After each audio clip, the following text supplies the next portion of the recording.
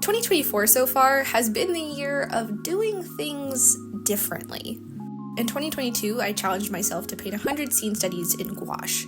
It was probably my biggest year of technical growth as I learned so much about color theory and lighting, composition, storytelling, you get the picture. In 2023, I challenged myself to use the 20 themes from the Scene Studies Challenge to create 20 of my own illustrations. During that year, I struggled a lot with putting those new and improved skills to work and developing my own ideas again.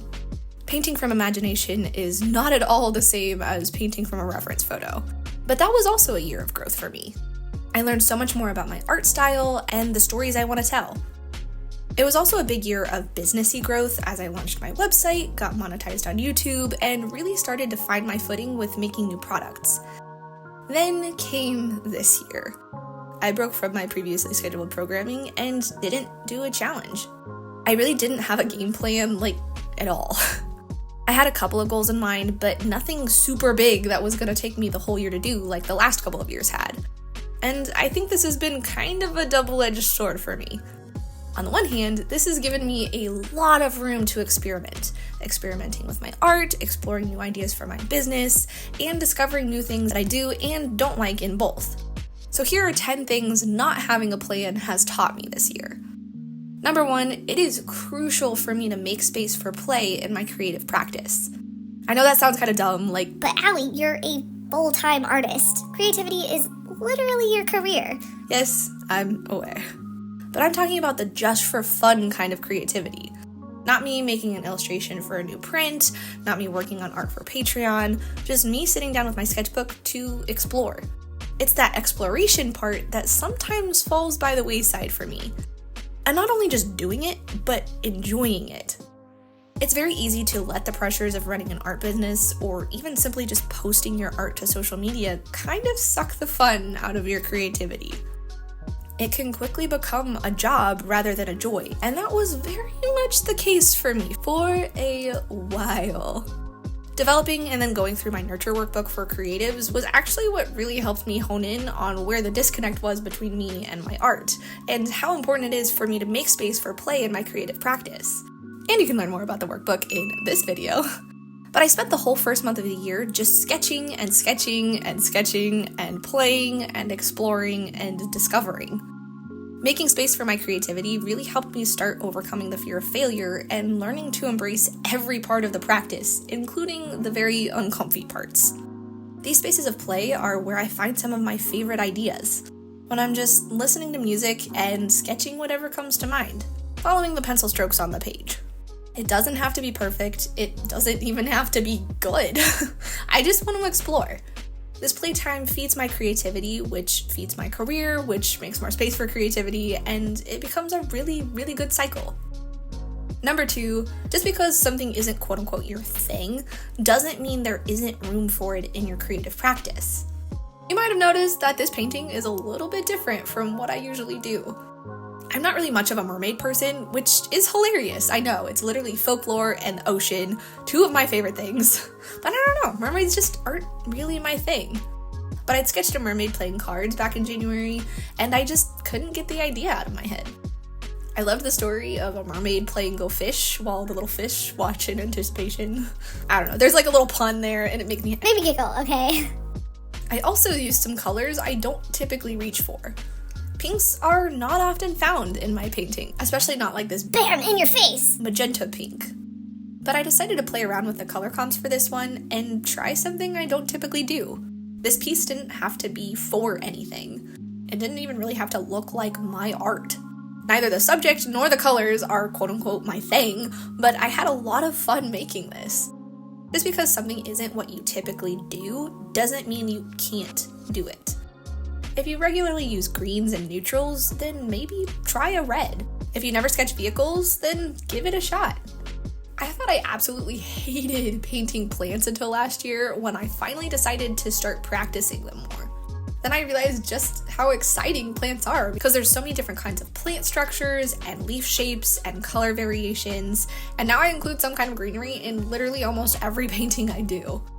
Sometimes the thing that's not your thing becomes your thing because you decided to just give it a try. Number 3, I really love teaching. I'd gotten a lot of requests to do like a class or a mentorship or something, and like we talked about things earlier, I didn't think teaching was my thing. I felt extremely underqualified and had absolutely no idea how I would teach or what I would teach. There are so many areas of art that interest me, and I didn't really know how to pick one to teach on. But once again, this is the year of trying new things and doing things differently, so I decided to start the Curious Creatives tier on Patreon. The members choose the study topic, I create a curriculum for us to go through over the course of a month or two, depending on how lengthy the PDF is, and then we share our progress together on Discord. So far, we've covered anatomy, values, and our current quest is developing an illustration from brainstorming to finished piece. I actually ended up using this illustration as an example in the curriculum and walked through each part of my process for it. But teaching has really sparked something in me this year. Each new topic reminds me how much I love to learn about art and how much I love to learn about making it. It's been such a joy to see everyone grow in their skills and be excited to learn together. The challenge of creating the curriculum kind of forces me to work on my own technical skills, and I honestly think that's been really good for me. The quests are fun for me because it changes the exercises from a chore to an adventure. Yeah, it's still hard. Y'all should have seen some of my sketches for the anatomy quest.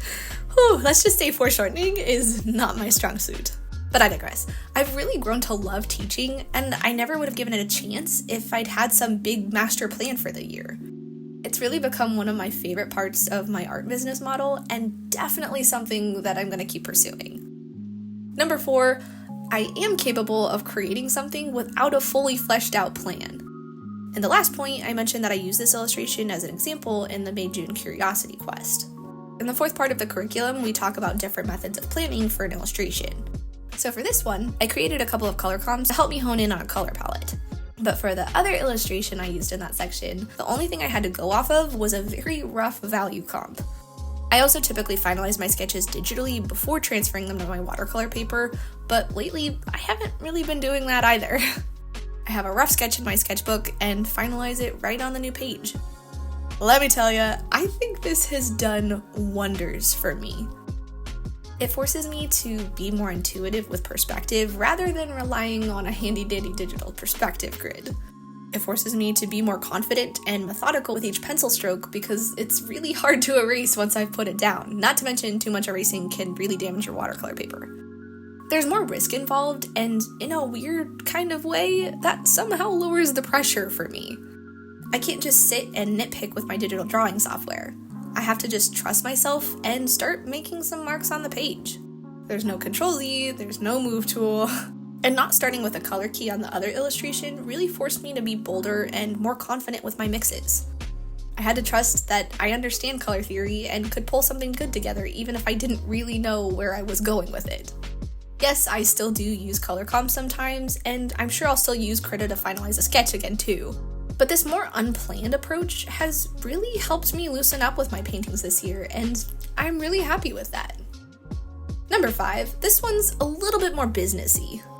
Doing limited sales, flash sales, or pre-order sales really helps my shop a lot. I did a pre-order sale back in March, and that was the most I've ever sold in my shop at one time. I use MPix to order my prints, and you have to order 11 or more of a single design in a single size to get the best deal on it. So it used to be that I'd drop hundreds of dollars buying like 11 8x10 prints of each design, and then sell like maybe 2 of each design and not even break even. And I'm also stuck with a bunch of prints on top of that. Anywho, it wasn't a good time. So instead, I decided to try running a pre-order sale this year.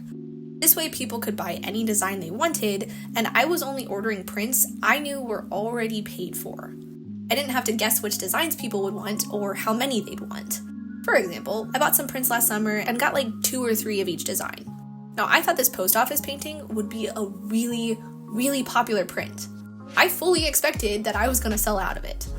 But this spooky illustration, I thought I'd be lucky to maybe sell 1 or 2 of them. I still have all of the first prints of the post office illustration, and the spooky design I've had to reorder multiple times because it was so popular. All this to say, I really like doing the pre-order format because everyone gets what they want, and I don't have to guess what that is. Speaking of pre-orders, this illustration is available for pre-order in my shop now through June 9th if you're enjoying all the mermaid vibes. For the first 3 days of the pre-order event, the prints are 20% off with the coupon code BURNMAY20. Anywho, back to business.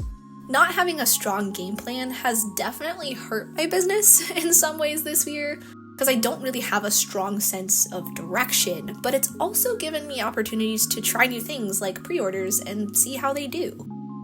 Number 6, it does not matter whether I have a plan for Instagram or not. I've tried it both ways, posting whatever I want, whenever I want, and having a set schedule for posting, and neither has made any kind of difference. Instagram is pretty dead for me and not really worth my time. Will I keep posting there? I don't know, probably. I have a hard time letting go of things. But genuinely, my reach is so abysmal. I don't even know why I bother. Like, would that time be better invested in YouTube and Patreon? I don't know. But do people find my YouTube and Patreon because they follow me on Instagram? I also don't know. I do like that Patreon now has a free tier that people could subscribe to, so maybe I might try posting there more regularly as my other social media platform. But it's not really a social media platform, so does that count? I don't know. Please send help. I have reached my wit's end with Instagram, and I don't know if it's a good idea to invest my time in it anymore. Number 7, on the flip side of that, I've learned that I would like to have a better plan for YouTube. We started off the year really strong with YouTube, and it's since kind of crashed a little bit. My videos for the last month or two have pretty much tanked, and I'm not really sure why that is. I don't know. I don't feel like my content or my tone has changed at all. I've been a little bit more vocal about some of the things I offer, like Patreon and my workbook, but I don't think it's like obsessive marketing. At least I hope it isn't. Let me know. I don't know. But yeah, I would like to figure out what's been going wrong and try to remedy it. I also don't love that I go week by week just coming up with a new video. Like, I don't have videos planned out in advance, which is kind of a risky game when you have a chronic illness.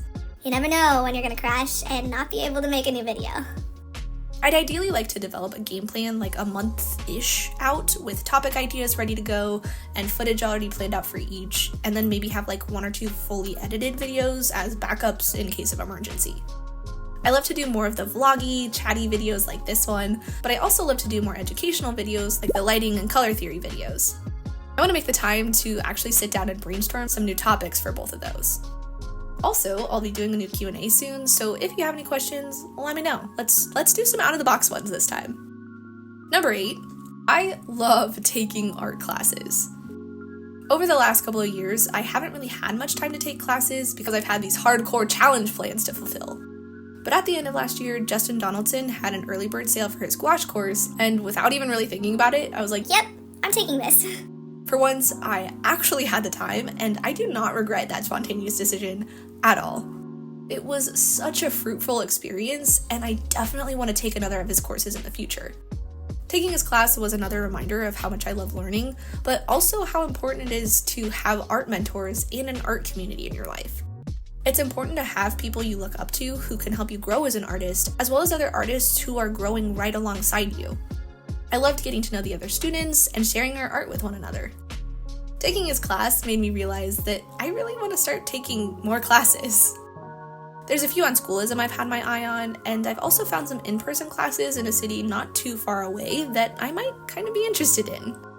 I really like the idea of becoming more a part of an in-person art community. Not that I don't absolutely love our cozy little art community here online, but I think it's important to connect with other artists face-to-face too. Number 9, I really enjoy plein air painting, and I want to do more of it.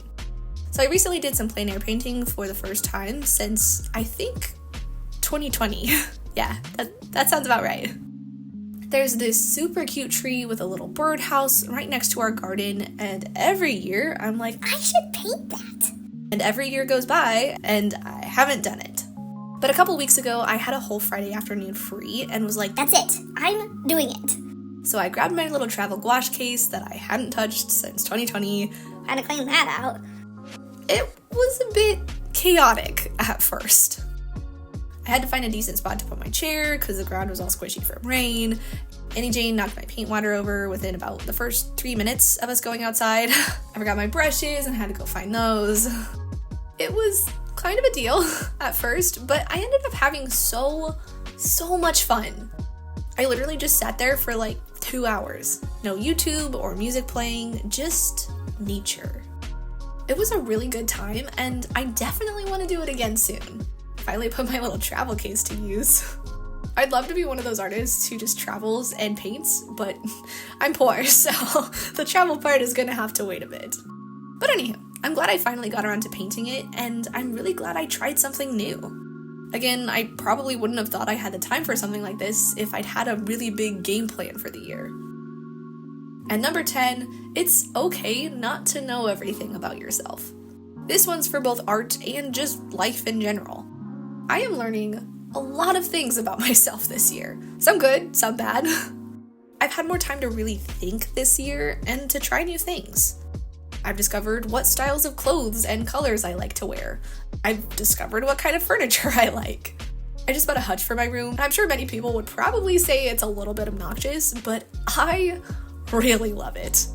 It's very quirky and curvy, and it's got a little nook for Scullivin. I've learned that I can use colors outside of the palette I usually pick, and I can paint mermaids even if I don't typically. I learned that I kinda hate the Princess Diaries book, and I can make a really mean batch of gluten-free chocolate chip cookies. I've learned that I can grow arrogant in my art skills if I'm not careful, and also that I'm capable of walking my dog by myself without getting kidnapped. I'm learning a lot of things about myself this year, and that's really good. It's okay to be an adult and still discover new things you like and don't like. Imagine how boring life would be if you already knew everything about yourself. There'd be no need to try anything new or try old things differently. So not having a plan has taught me a lot of things this year, some good and some bad. I think going forward in the second half of this year, I would like to implement a little bit more structure in some things, but I do want to keep some space for play and exploration and spontaneity. Sometimes having a plan can actually hold you back, but sometimes not having a plan can too. I think it's important to find a balance between the two. Anywho, thank you guys so much for watching. I hope you enjoyed chatting with me and watching me paint this cozy little mermaid illustration. There's a link down in the description if you'd like to join the pre-order for this one. Huge thank you to the Cozy and Curious Creatives over on Patreon for helping to support my art journey. Y'all are absolutely amazing. If you've been wanting to nurture your own creative practice, then head on over to watch this video next. Thanks again for watching, and I'll see you soon. Bye guys!